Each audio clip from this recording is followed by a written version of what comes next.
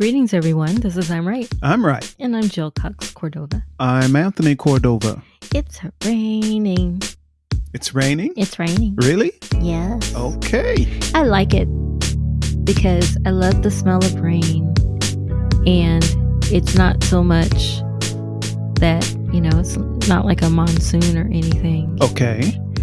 And it reminds me, the sound of it reminds me of the little tabletop fountain I have in my meditation corner. This is the second time you've brought up your meditation. Because my meditation corner is everything. Oh. Like it's everything? It's everything. Is it more important than me?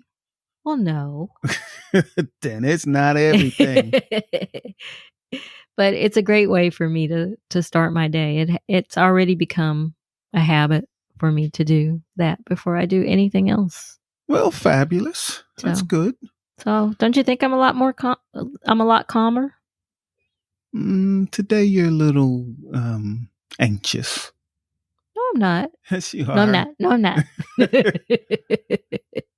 You're working on several things today. Yes, I have a lot of projects I need to tackle today. But anyway, shall we get to this week's episode topic? Yes. What is this week's episode topic?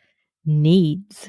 We are talking about delivering your partner's needs. What type of needs are we talking about? Well, let's get to it. It's part of a segment that we call Stand by your stance.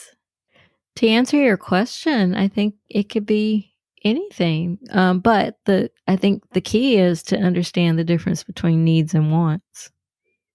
Okay, this seems like deja vu. It does. I'm still thinking we did this topic. We did? I don't remember when. Well, I don't remember ever asking you what your needs were. So maybe that's the topic. Maybe. Because I think that society asks women all the time, or people who identify as female all the time what their needs are, or they're willing to express them. Whereas I don't really know what men in general need. Really? Really. So we've been together for quite some time. I said men in general. I know your needs. But would you like to express them just in case I've missed something? I think it would be better if you told me what my needs are to see whether you really know what my needs are. Sounds like a trap. It's okay. Sounds like there might be wrong answers, and I'll be paying for this episode. If you leave one or two out, it's okay. I won't hold it against you. Okay. Well, I think that you need your space to be creative. I think you need me to listen to you. I think I think you need to be able to spend time with family is very important to you. So I think you need time to spend with your family. And I think you need me to be the one to tell you, things, my observations, in case you hadn't noticed. I think you actually need that. Yeah, I really, really need that, because quite often I'm doing things or not doing things that I don't realize. Like what? Well, there could be a difference it could be something as simple as, hey, Tony, you're not walking right. And I could say, yes, I am. And you'll say, no, you're not. and then we might find out there's some type of health problem that maybe I was having that I didn't realize. So you do pay attention. You really pay attention to my voice. Yes, because your voice indicates many things to me. I can tell when you're exhausted. I can tell if you've taken a sleep aid. I can tell when it kicks in. And I can tell when you're not feeling well too, because there's a even if I to say it. I feel fine. Yes. But I feel fine. And then my response is always, you don't sound like it. But I feel great. Your voice is different. I feel fantastic. Yes, you can say that all you want, but I may not believe me. Well, I think that you believe that, but I don't think you see what I see. I see. So was I right with your needs? Did I miss anything major? For the most part, other than, you left out that I need you to jump out of a plane with me. No, that's a want. No, that's a need. That's definitely a want. You don't need that. I do need that. No, you don't. I need you to be my ride or die chick. I will ride with you, but I don't think either of us my has ride to die. or die chick. No, how about ride or life chick? No, ride or die. Ride for life. I want you to be the woman that will drive off of a cliff with me. No. Because I'll be the one like, why are we going over a cliff? What's wrong with you? You're a professional driver. What's wrong? We got to do what we got to do. We don't have to drive over a cliff. I need. No, why would you want me to do that? You want me to die? I think that's what you mean by that. I need you to be by my side during a zombie apocalypse. Aren't we in one now? No. Sure we are. No, we're not. Sure we are. No, we're not. Yes, we are. No. This is the zombie apocalypse. No, we are not. We are not. Thank goodness. So yeah, I guess you. Those are on wants. But I am with you in the apocalypse. Really? Yes, I am with you. But you won't even jump out of a plane with me. How are you going to be with me in the apocalypse? We might have to jump out of a plane while we're in the apocalypse. Well, if it's a matter of life or death and not just a choice to jump out of a perfectly good plane, then yes, I would jump out of the plane if that meant a chance at survival. Okay. I also, and this is like a bonus, but I really love it that you're a professor. Oh gosh. So I need you to be my private professor. You say to me all the time, I'm glad you're my personal professor. And I don't think I like that all the time. I love it. I love it. You don't need me to be your professor. I love it.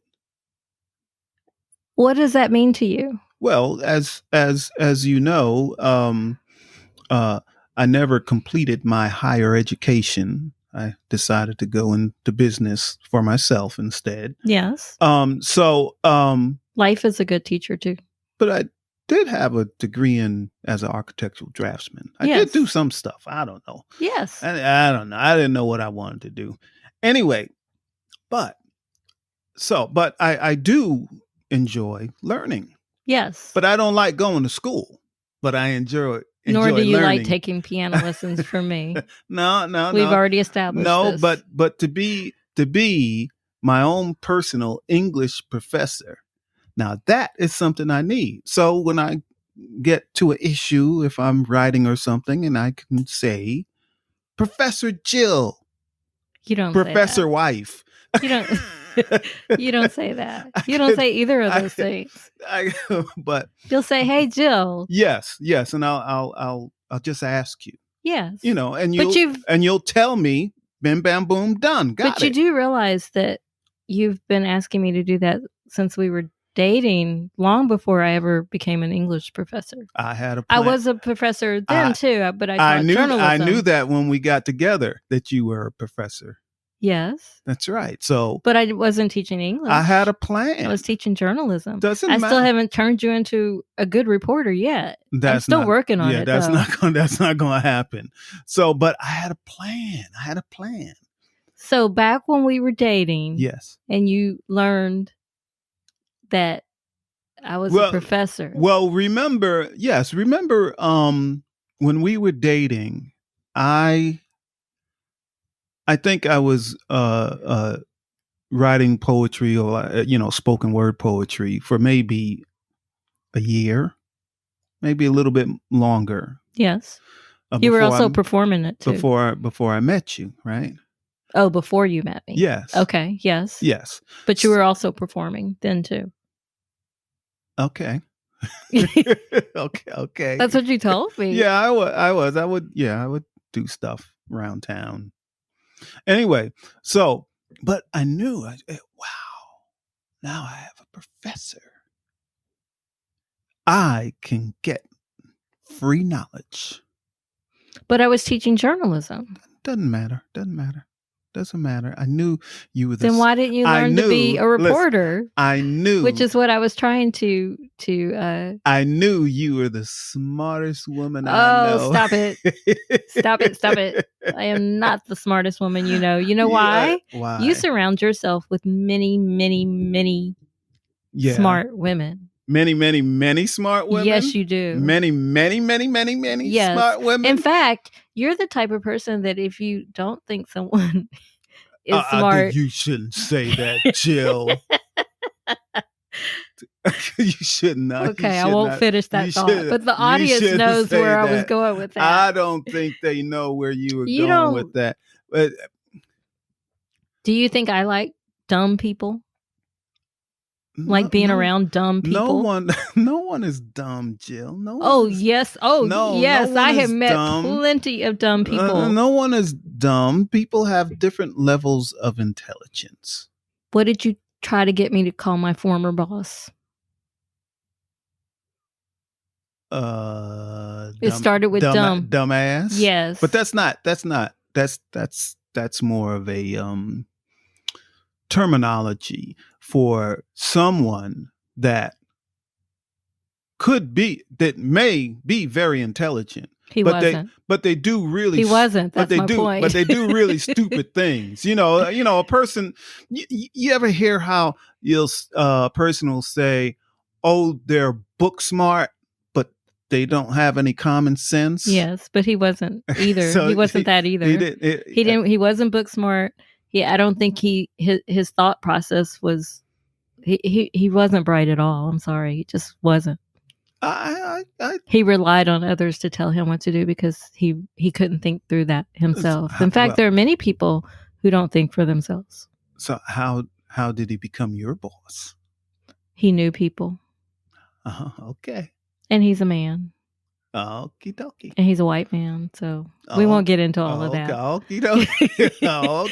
See, now you got me off topic and all riled up. But anyway, let's get back to the topic. Yes, which are needs. And now in your case, there's something I know that you need, and you probably don't realize how much you need it. But space? No, it's not space. I do need space. Yes, you do need space, but like a writer's studio. I do need a writer's studio. You really need me. It's very important for me to listen to you. Oh no, I know I need that. But no, I think it's more than what you think, because sometimes you will talk to me for 5, 10, 15 minutes straight. Are you counting the minutes that I talk to you? And all I have to do is say, yeah, wow, that's something. But it's more about you just want me to hear what's on your mind, how you're feeling, stuff like that. Yes, I do often have conversations with you where I want... Yeah, you don't really want... Sometimes, most of the time, you want some input from me. But there's other times you really don't just want any... say it. That's you know why? Exactly right. You just want to vocalize it. Why? Because in society, many times I haven't been heard. No one would listen, or they would interrupt, or... say, do things where I never even got the point across. Mm-hmm. Yeah. So you're one of the few people I know who will just listen. Yeah. Like, it doesn't mean that I need saving or advice. Exactly. It just means I want you to somebody to hear me. Yeah. So, but that's one of your needs. It's very important to you, actually. Yes, it is. I think part of that is being an only child, though. Growing up an only child. I don't think that's it. Oh, no, I do, because when you grow up an only child, you don't really have anybody there. And I didn't really like being around kids my age that much. I have friends my age, and had friends my age, and I didn't mind talking to them. But there are many things that, I just felt were reserved for adults when I was younger. So I just wanted an adult to just listen to me. And I didn't always get that. Okay. My mother is a good listener, though. I'm an adult. Yes, you are. You are. See? Now, and you think that's my only need, though? No, that's not your only need. What else? You also need to feel loved. You also need to actually hear me say, "I love you." I can't. I don't take that for granted. Yeah. So I do that. Yes, you do. Yeah. You do every day. Every single day. There are many things. You need me to scratch your back a certain way. Oh, that's so wonderful. Just thinking about it. Oh, that's so great. And you need me to support you in whatever endeavors. Well, I was going to say that's my biggest thing, because often in relationships, whoever I was with might have gotten a little jealous at some of the things I was doing or did or was known for. But you've never, ever been that way. I don't know. I think I'm going to flip the script. You're going to be jealous of something? Yes. I'm speechless. Why? Why after 16 years would you decide you're going to... Well, you know what? Let me rephrase. Okay. I'm not jealous. Good. I'm envious. Kind of the same thing. No. Envy is a green monster too. I'm envious. Of what? Well, you have the time to work on creative projects. You have been getting involved in many different types of things. And since I had to go back to work, you'd say work.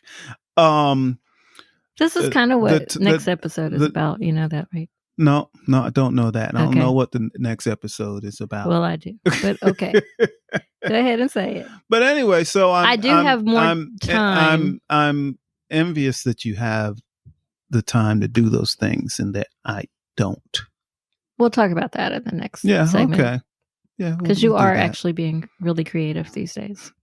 But it's taken me 3 times as long to accomplish something. I'm working on. Sure. Yeah, so sure. It's that pesky day job. Yeah, pesky day job gets in the way of everything. Yeah. Okay. Well, that's it for this episode. So let's wrap it up. What are you talking about? That's not it. What just happened? We're not done? We're not done. Not even close. I thought we've said enough. Okay, well, let's get to our second segment that we call Give It a Rest and a Resolution. So what's your conclusion? Are your needs being met? Well, my conclusion is in our relationship, my needs are being met. That's very, very easy. Well, that's my conclusion too. That you know me I think we've both taken the time to get to know each other, and without the other one expressing, this is what I need, we have figured that out on our own and we just deliver. That's what I think. Yeah. Did we discuss the stuff we don't need? You have told me some of the things you don't want me to do. But I asked you on our second date, I said, do you need someone to cook for you? Absolutely not. Thank goodness. Because there would not have been another date if you had said that you did. Absolutely not.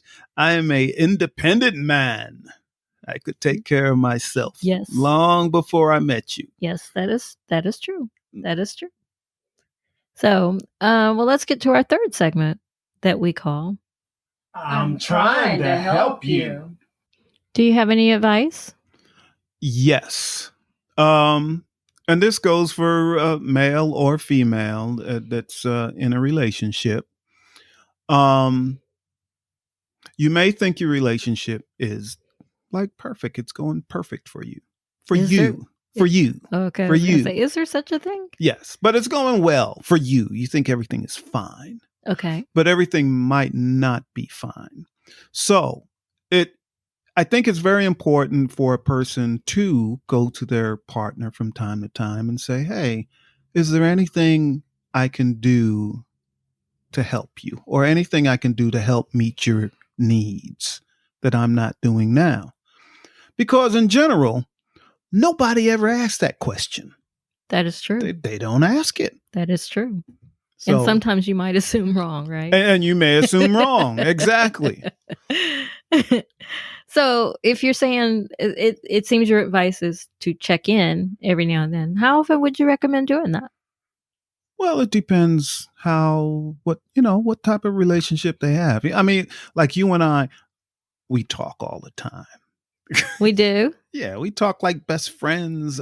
We talk all the time. Yes, we do. We talk many times to each other. To each other. Yes. So a lot of times stuff comes up. We have the opportunity to say it because we spend so much time together. So yes, we're good. We are good.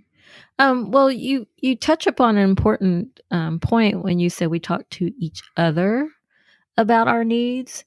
So my advice would be to make your relationship, strong with each other. So sometimes people will tell their friends about their relationship, and their friends or family may decide you need such and such, mm-hmm. or you need to do such and such for the partner. And they may have you all wrong. They may have the person you're with all wrong. So sometimes my advice would be to make that a one-on-one approach as opposed to bringing in everybody else. Yeah. And that's if we're talking about a serious, committed relationship. Correct. Well, sometimes people don't even wait till they're in a serious, committed relationship. But then that's a sign, hey, I need to get out of here. Everybody knows my business. I got to go. Well, but that's what I'm saying. Sometimes people make everybody part. When you date somebody, you're dating their friends, you're dating them, you're dating their family, you're dating everybody, and you can't please everybody. Yeah, you sure can. Like, that's one time that group projects don't work. That's right. Right? That's right. Okay, so that's my advice. Well, let's get to our fourth segment that we call So, what do you think? What do you think? Because I'm right. Because I'm right. Okay, so we've been asking listeners to call in every single episode ever since we got our Google voicemail box. So let's hear the one from our favorite superhero. And here she is. Hi, this is Superhero in response to Season 2, Episode 19, When Change is Deliberate. My question is not just about change, but when change causes conflict. Just to follow up. So when change is deliberate, and then those changes, albeit positive or negative, but let's mainly focus on positive. There are times when perhaps someone in your life is considered a one position where perhaps they're a wee bit of the underdog, and then the underdog rises to the top. And in that, people's expectation of that person now changes. They're accustomed to that person being the underdog, and now they're on top. So that person made positive changes, but the outcome of people's relationship with that person changes to something negative based upon they're accustomed to he or she being the underdog. So my follow-up to your change is deliberate. what happens when positive changes cause conflict, and how best should someone handle those? Well, that seemed to cut off early, but we've got the gist of it. Yes, we did. Excellent question. Yes. Do you want to tackle it first? Or you want me to? You start, and I'll jump in. Well, I think, first of all, let's talk about underdogs in a relationship. There usually is one that's there usually is that imbalance of one being above the other. Above, or let's say one is. No, I better not use that phrasing. Like, for instance, one person is more outgoing than the other. Yes. Well, I was going to use whatever your definition of success is. One might be more successful than the other, which would make, one of them an underdog. So the thing, since I have been an underdog, I'm an underdog in our relationship, I think.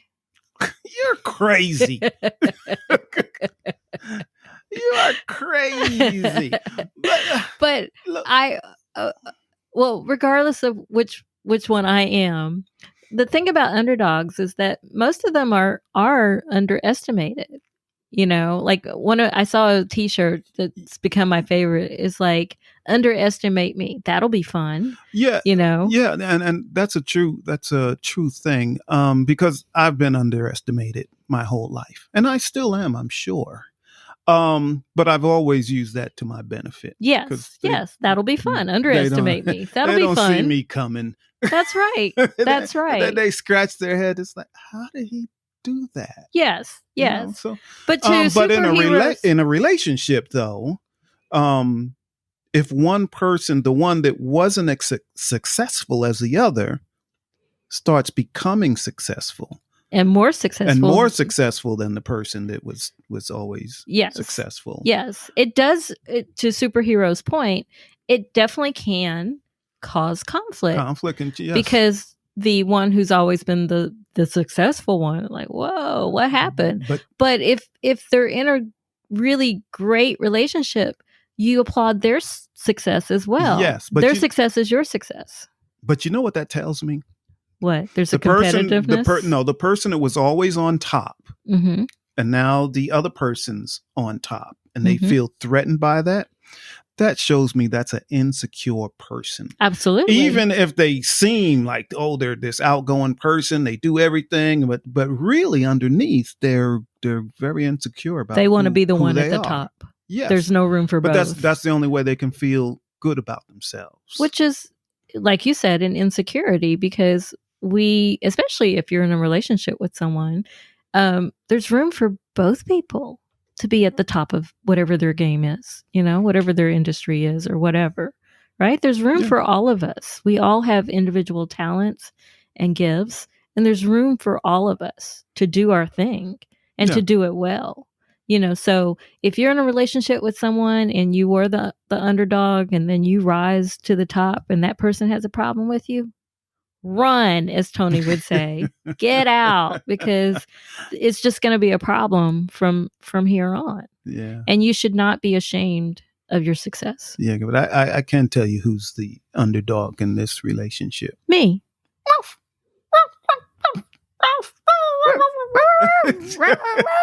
I am. I'm the underdog. I'm the underdog. I'm the underdog. I'm the underdog. Do you know who Sweet Polly Purebred is? I have no idea. No. That's a trivial question for the listeners. I'll just Google it after this episode. If you know, please call in. Don't we have what? Sweet Polly Purebred? Sweet Polly Purebred. Yeah. What's our number? 404 594 2247. Yay! Okay, we gotta go. We have to? Yes. I don't wanna. We gotta. I don't wanna. You've been listening to I'm Right. I don't wanna. Because I'm right. Okay, I'm Jill Cox Cordova. Yes, my own name wrong. Say you're right. Say you're right. I'm right. I'm right. And I'm Anthony Cordova. And I'll say my name right, Jill Cox Cordova. And we're out of time. Okay. So shout out to Gifford Ivan Cordova III for the music. Nick Zinke for the art. And thank you, listeners. And thank you, Superhero. Thank you. Bye. Bye-bye.